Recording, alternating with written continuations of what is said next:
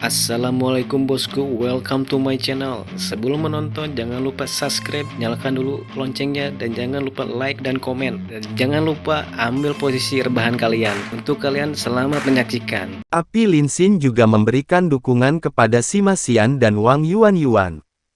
Wang Yuanyuan berubah menjadi dewa roh yang hebat dan bertarung secara intens dengan Raja Kerangka. Dengan bola api yang dibombardir, tubuh kokoh Raja Kerangka akhirnya menyerah.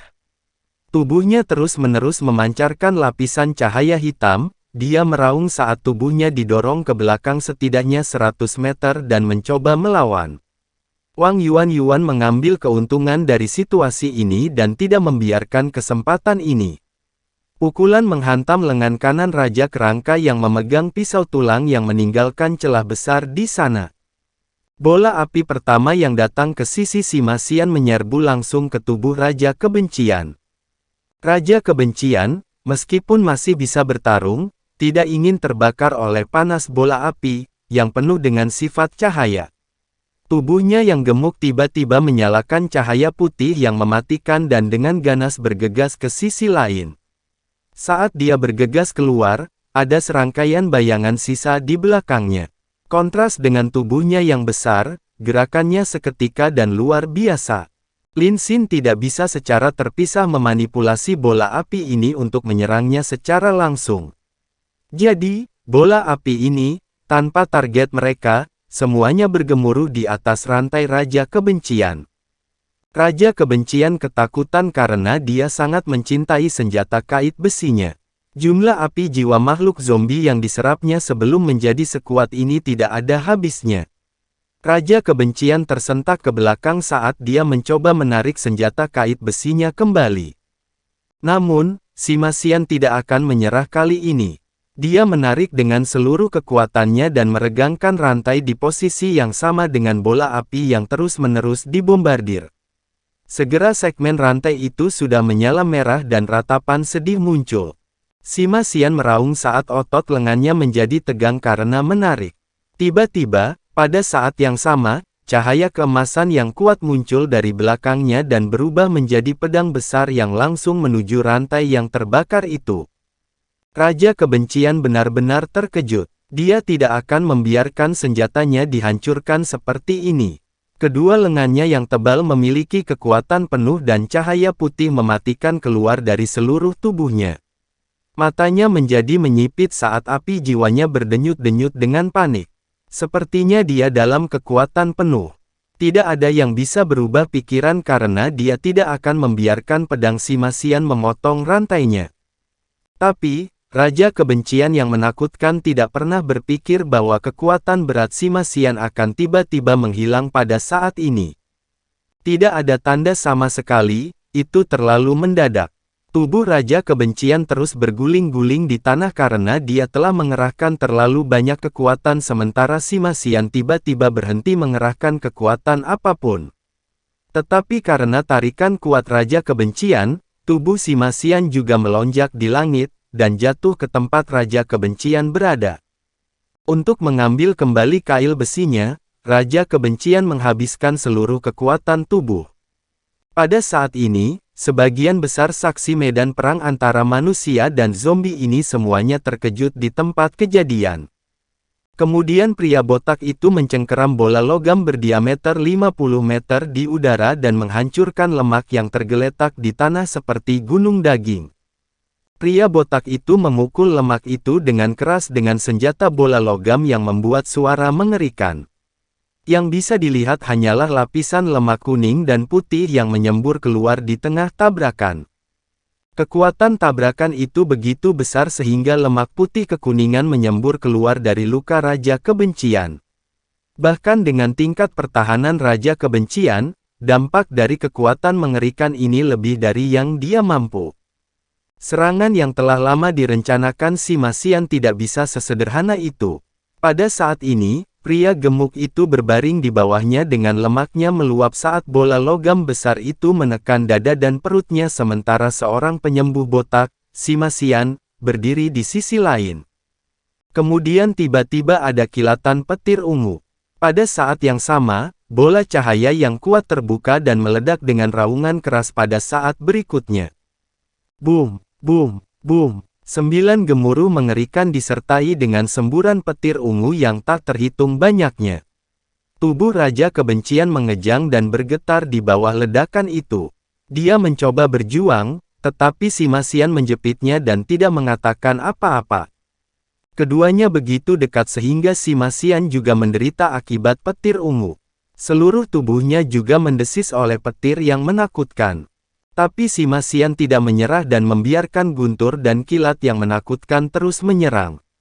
Untungnya, dia dan Raja Kebencian sama-sama botak, jika tidak, rambut mereka pasti sudah berubah menjadi gaya yang berbeda sekarang.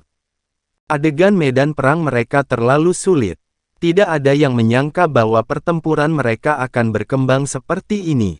Meskipun Sima Xian menderita dalam pertempuran, tetapi orang yang paling menderita adalah Raja Kebencian.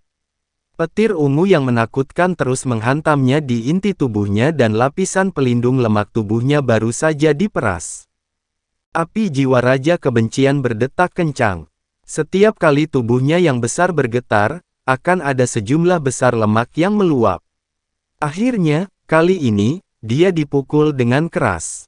Namun, sebagai salah satu dari 10 raja, dia tidak akan membiarkan dirinya direbut tanpa melakukan perlawanan.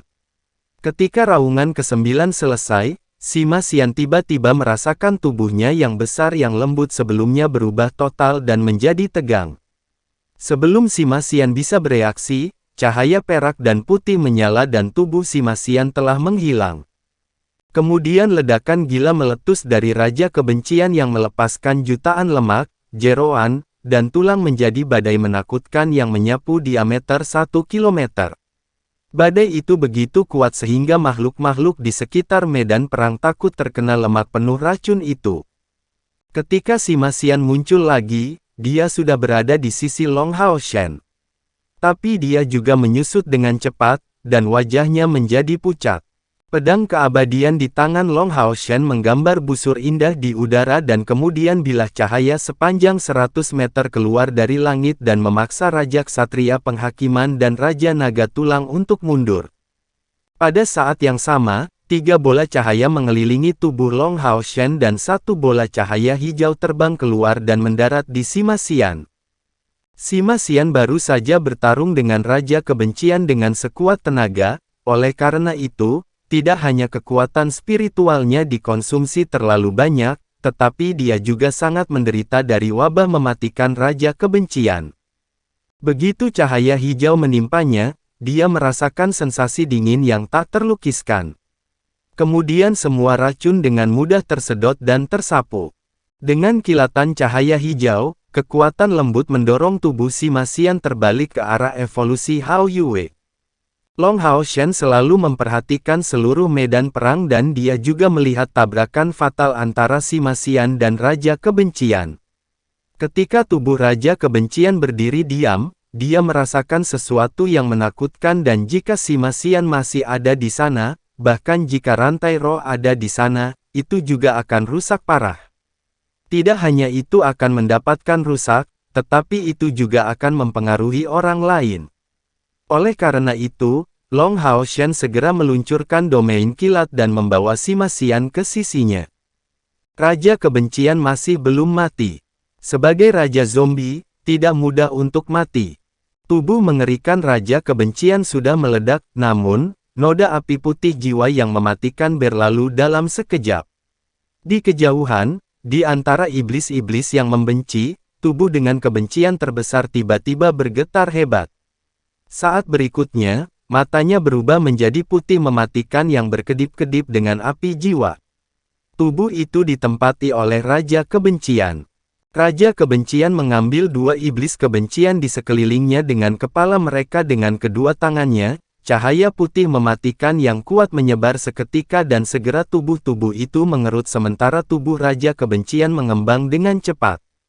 Meskipun iblis kebencian lainnya takut dengan pemandangan itu, anehnya mereka terlalu takut untuk melarikan diri.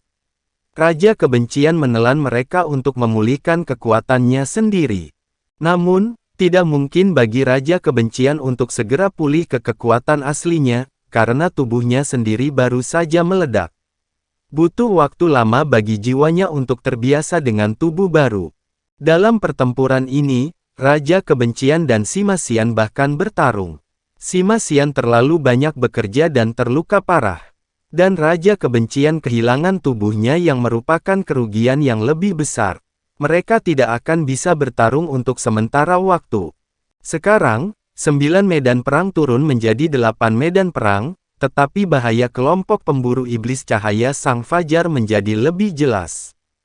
Karena pecahnya kekuasaan api Lin Xin, durasi kekuatannya menurun dan akhirnya berakhir. Raja Laba-Laba Gua yang sebelumnya ditekan olehnya mulai bergerak. Dia menatap Lin Xin dengan mata dingin seolah-olah dia sedang melihat orang mati, meskipun Chen Ying dapat pulih sedikit dengan bantuan Lin Xin, Ratu Penyihir menyerang dengan lebih ganas. Gelembung ungu dan hitam terus mengalir keluar dari tubuh Chimera 4 kepala Mai Do babi kecil dan menyebabkan luka yang hebat. Pada titik ini, dia tidak dapat mendukung pertempuran lagi. Binatang buas yang dipanggil oleh Chen Ying juga diarahkan oleh pasukan naga tulang. Pecahnya Wang Yuan juga mendekati akhir ketika tubuh roh raksasanya mulai menjadi sulit dipahami sementara Raja Kerangka mulai mendekat dan melancarkan serangan balik. Chen Ying yang telah duduk bersila di udara, berdiri. Pada saat yang sama, 6 bola kristal di sekitar tubuhnya memancarkan cahaya putih kabur. Ratu Penyihir di kejauhan melihat Chen Ying dengan licik mundur ke belakang pasukan naga tulang. Ratu Penyihir langsung tahu apa yang dia coba lakukan tetapi itu mungkin serangan terakhir dan jika dia mencoba mempertahankan serangan ini, manusia ini pasti akan mati. Cahaya di dalam mata Chen Ying berkilauan saat semua 108 pelet jiwa di kain roh sucinya bersinar. Ada juga cahaya putih yang menyinari dadanya. Itu adalah ramuan jiwanya. Tangan kanannya terangkat dan 6 bola kristal di sekitarnya menembakkan cahaya putih. Di belakang Chen Ying sosok agung muncul. Itu adalah Dewa Binatang. Cahaya putih yang dipancarkan dari 6 bola kristal terfokus pada babi kecil Mai Do dan tiba-tiba semua lukanya sembuh dengan kecepatan yang luar biasa. Semua efek negatif dari sihir hitam Ratu Penyihir dihilangkan. Chen Ying melayang ke depan dan mendarat di punggung babi kecil Mai Do saat dia melihat Ratu Penyihir, dia mencibir dan berkata, kamu tidak akan tahu apa itu kekuatan ilahi sampai aku memberimu sesuatu yang sulit untuk dihadapi. Dengan tangan kanannya menunjuk ke depan, Chen Ying menggumamkan beberapa mantra.